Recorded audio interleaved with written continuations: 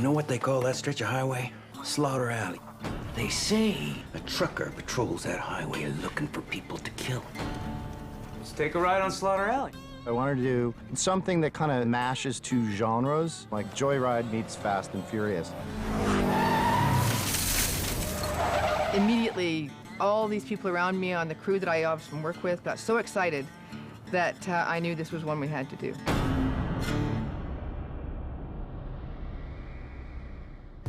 '73 Bravo, take 2. Mark. A mark. B mark. Action. It's nearing the wee hours of the morning. I'm here on set. Someone's hand is being chopped up behind me. It's starting to rain. There are flies everywhere, and I'm bleeding down my face. So it's pretty much business as usual in a horror film. Follow the blood to the face. Okay. When we first looked at this script, I had a first AD do the schedule. He said, "Oh my God, Kim, this is a 40-day shoot." I'd worked with Declan before, and he's very good at scaling it to what can just barely fit into 20 days. And this crew is so great that we get so much production value in our 20 days. It's great having a director that also wrote the script because he's really good at knowing what he wants and he can make changes quick. Dialogue to start right here. Where's Bobby? I don't know. I haven't seen him. Where's the drop? Wait for him. We gotta move. All right, go. Awesome. Should have shot it. One racer. One racer. Come back, Jordan. It's your old pal, Rusty Nail. Yeah, what do you want? No, it's not what I want. It's what I have that you want. I was searching for somebody who had the physical stature and the acting chops to play Rusty Nail, and Ken Kersinger was my first choice. I have worked in the horror genre as Jason, most notably in Freddy vs. Jason. I also appeared in Friday the 13th Part 8, Jason Takes Manhattan, as the fry cook and the stunt double for Jason. What day is it, Ken? It's Friday the 13th. It's Friday the 13th! Woohoo! Ken was Rusty's stunt double in Joyride 2. And of course, Ken's starring in Freddy vs. Jason makes him a kind of celebrity on the set. Barbecue, barbecue. Yes, yes. Hanging out with Jason. Working in the horror genre, of course, there is a lot of violence and blood, and some people have a little harder time dealing with that than others. Myself, I've done enough now, I hardly notice it. Yeah, the theme is more blood, more blood. It will get to full number 10 carry level. Yeah, that's better. Yeah, let's use that. I've been making all the blood for the show, and I use this very old recipe by this man named Dick Smith who did the make for The Exorcist and The Godfather, and he came up with this idea of using corn syrup and food coloring, so I've expanded on that a little bit. We apparently have like 2 oil drums full of blood. Like, just full of blood. Blood is obvious when he gets his hand towards the blade, right there, right? And when the hand is towards the blade and he starts screaming, blood. We had to do prosthetics for my arm and my head, and it was my first time doing that. And I have a sort of an issue with claustrophobia, but we had to get like a full body cast, and I had to sit in that for like a good 30 minutes, holding this like painful scream. We tried to sever a hand through a fan, which is on the truck. Unfortunately, the product we were using wasn't stiff enough, so the hand sort of did this little flopping stuff like that. So we frantically whipped off, and we ended up putting skewers and wood dowels and stuff inside the hand to get it stiff in order to chop it off. And we had blood coming out through the hand, through the fingers and stuff. Holy. That worked quite nicely. That's nice. Awesome. Yeah, that's how I go. Poor Austin. Okay, so I want this taken and put in Giancarlo's bed tonight, please.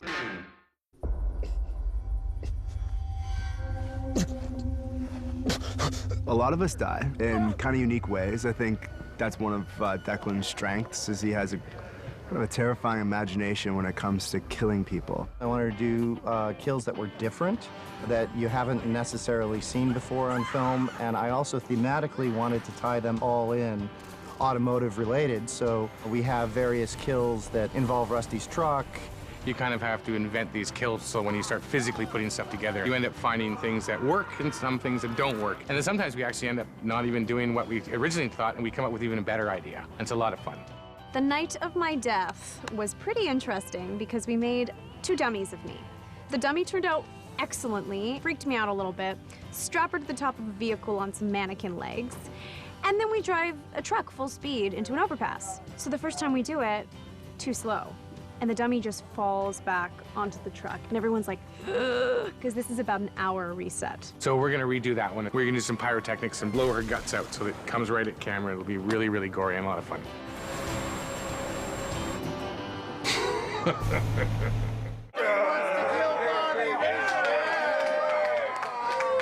right, we're killing Bobby. You know, you want it to be realistic and gory, but it's fun gore.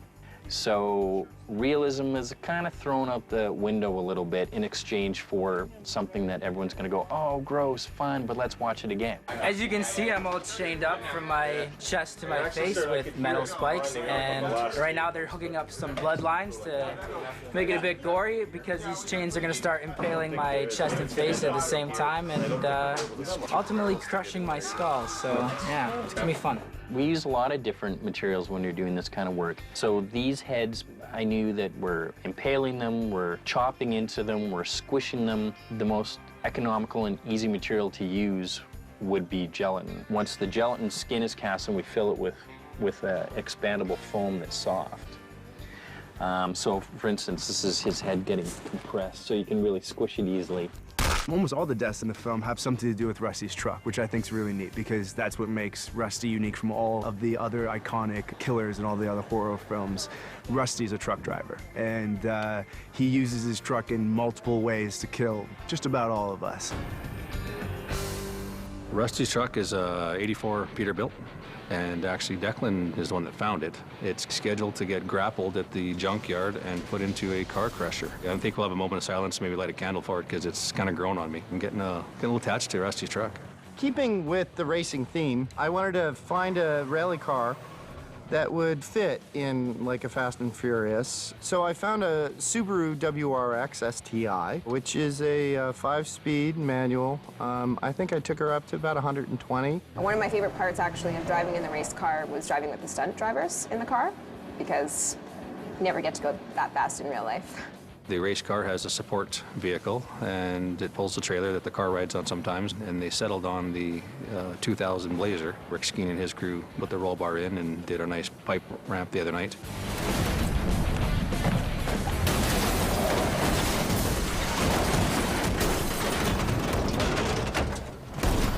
I have my sons working on this show as well.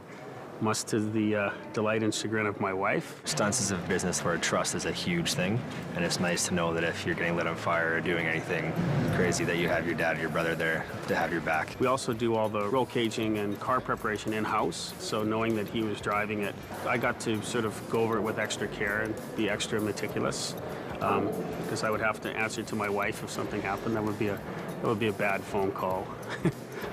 Hey, honey, I broke the kid. You know, it's never a good moment. But I have the advantage of having done it many, many times myself, so I always know sort of what it feels like on the inside. It feels like a car crash. You don't really have time to be scared or do anything. Like when you're about to hit the ramp, you're just worrying about hitting the mark, and you really get into a calm state of focus. Don't screw up, and hope for the best.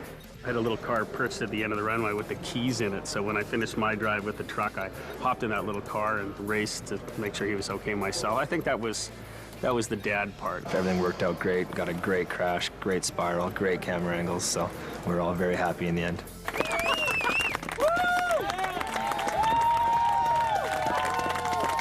I think we spiraled the car 6 times, and it was the best stunt of any of my films.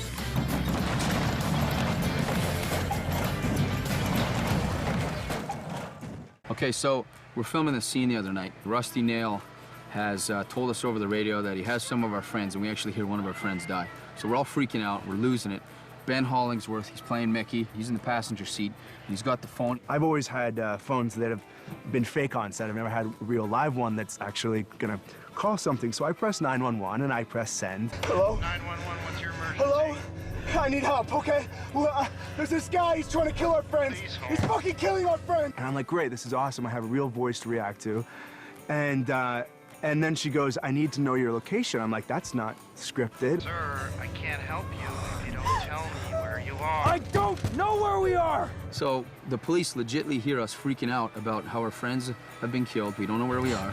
Come on, you gotta help us. He's got them. You gotta help us. So we had to get production to call the RCMP. The RCMP had already sent someone at that point because I think they could track the phone through GPS. And so they're coming out in the middle of butt nowhere to find out what's going down. Production has to convince them that this really is a film. We're really filming. Don't worry, no one's being killed, and you can stand down. Crazy times here on Joyride 3.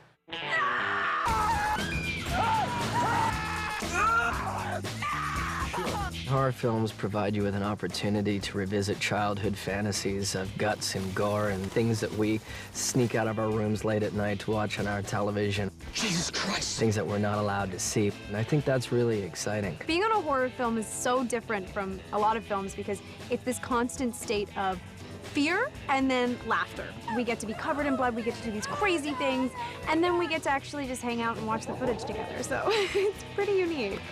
Yeah, long day's work. And that is a cut and a picture wrap for Joyride 3.